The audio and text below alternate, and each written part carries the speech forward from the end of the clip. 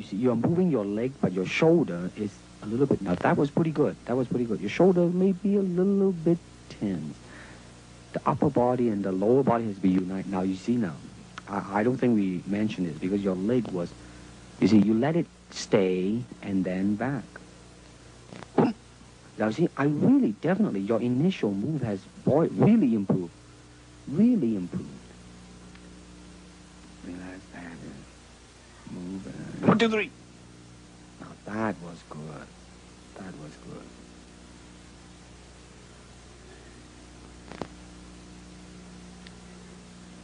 Boom.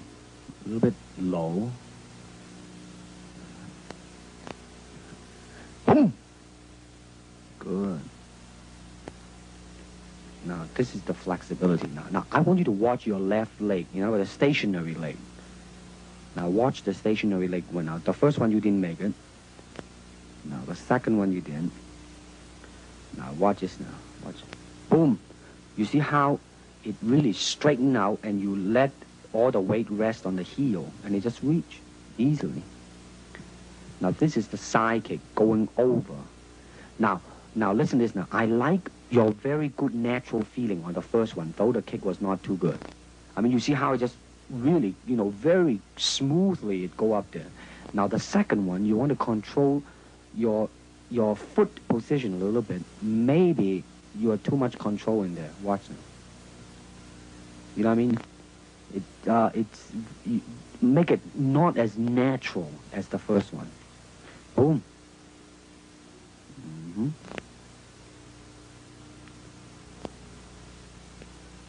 You see now, when you do it right, man, when it touches, your left leg is all stretched out and it's just an easy type of a thing.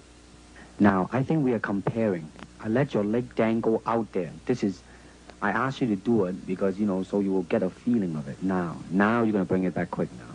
Watch this now.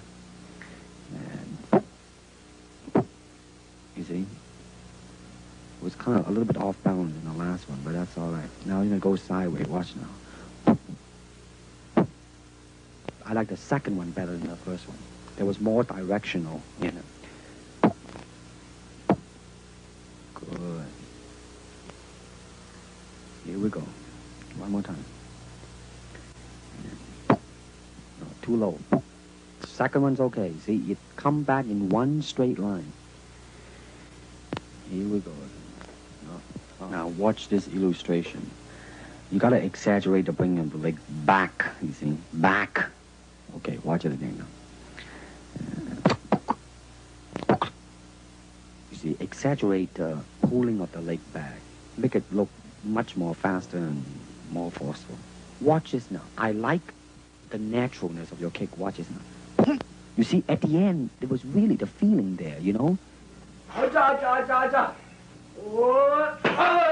good. Get your back jumping up and down. Hey, good. Nice one.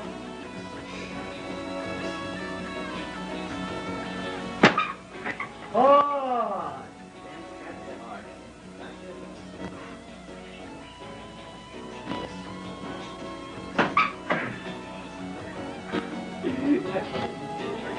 One more.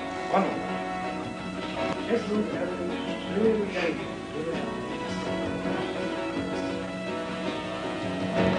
You weren't sure.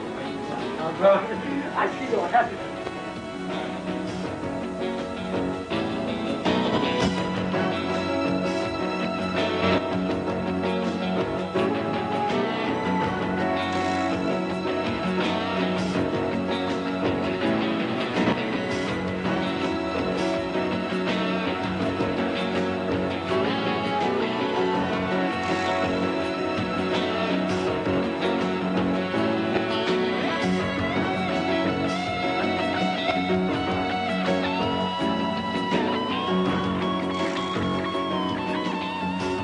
Physically, how can I be so well coordinated?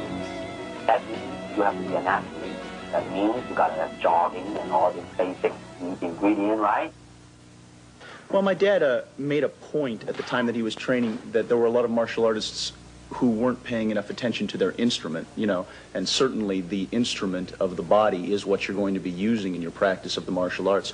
So I think it's very important to keep up the tempo, so to speak. I'm interested in that point you reach where you actually fail from exhaustion at something, whether it's a weight training exercise or a cardiovascular exercise. I'm interested in seeing just how much that point is a physical point and how much it's a mental point. And so that's what I do. I jump a lot of rope, I run, I ride a life cycle. I much more prefer to go out and actually ride a bicycle or run and, you know, see some scenery. And then I work out down at the academy, which is on some levels a very cardiovascular workout. Some of the classes I take, like the Muay Thai kickboxing classes, a hell of a cardiovascular workout. Yeah. And then some of the classes are more technique oriented, so you're not huffing and puffing so much as you are just learning individual techniques. And then I work out at the weightlifting gym, where I do 2 body parts a day, pretty much, and then I break that up occasionally. So I do like back and biceps on one day, chest and triceps on another day, or something else, and delts and legs on the third, or something like that. And it was just a, you know, switch it. I found that was generally the best thing to do, whether it was with a high weight or a low weight. And what I understood the process to be was that working with heavy weights would build mass, whereas working with low weights was intended to build like density and really carve out the muscle a lot more. And since I personally have never been interested in getting large as much as just getting cut, I tended to work with a lower weight. But then to me, getting cut is also mostly a question of vascularity. It has to do with how much body fat you're carrying. So I've always done a lot of cardiovascular work because that's also real world power too. I mean, I suppose it's good if you want to pick up heavy objects to have large muscles, but cardiovascular stamina is something that seems to come in handy a lot more often than a large muscle would. You go down to the academy and you try and do a 3-minute round on the Thai pad. I don't care how big your muscles are. If you don't have a real good cardiovascular system, you're going to be dead in about 45 seconds. I'm still going to be going. Now, you want to kick it when it's coming to you. That's right. You let your foot jam.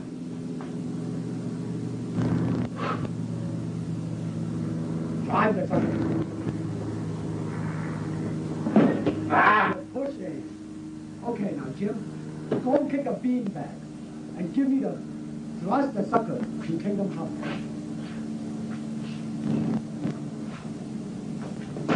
Oh, Jim. Now, Jim, face the sucker. Now, I'm gonna, you are cutting your half now. That's okay. How's that? Beautiful. No, I mean, I want you to be half of it. You're still kicking a little bit off to the side. Kick him directly. Good. Now don't kick it again, but don't turn your body so much when you finish. Try to still face him when you finish. Good. Now kick the sucker when he comes back. Not yet, not yet. That's During this time period, we used to train because we didn't have any Thai pads, so Sifu Bruce advocated the use of using the football forearm guard, and which we don't use this anymore, but this was very prevalent during that time period. This here is the original punching shield, that his own personal punching shield, in fact. This was used as in the Way of the Dragon. If you notice this, he had one part. I had one arm, he had the other arm, and this was used in that picture, Way of the Dragon. This was used in Enter the Dragon. This was actually, its original use is actually used for baton training in Japan, and we just modified it, and we used a special helmet, a boxing headgear we had, and we used it, and this became part of our training, some of the training tools that we used when we used to spar.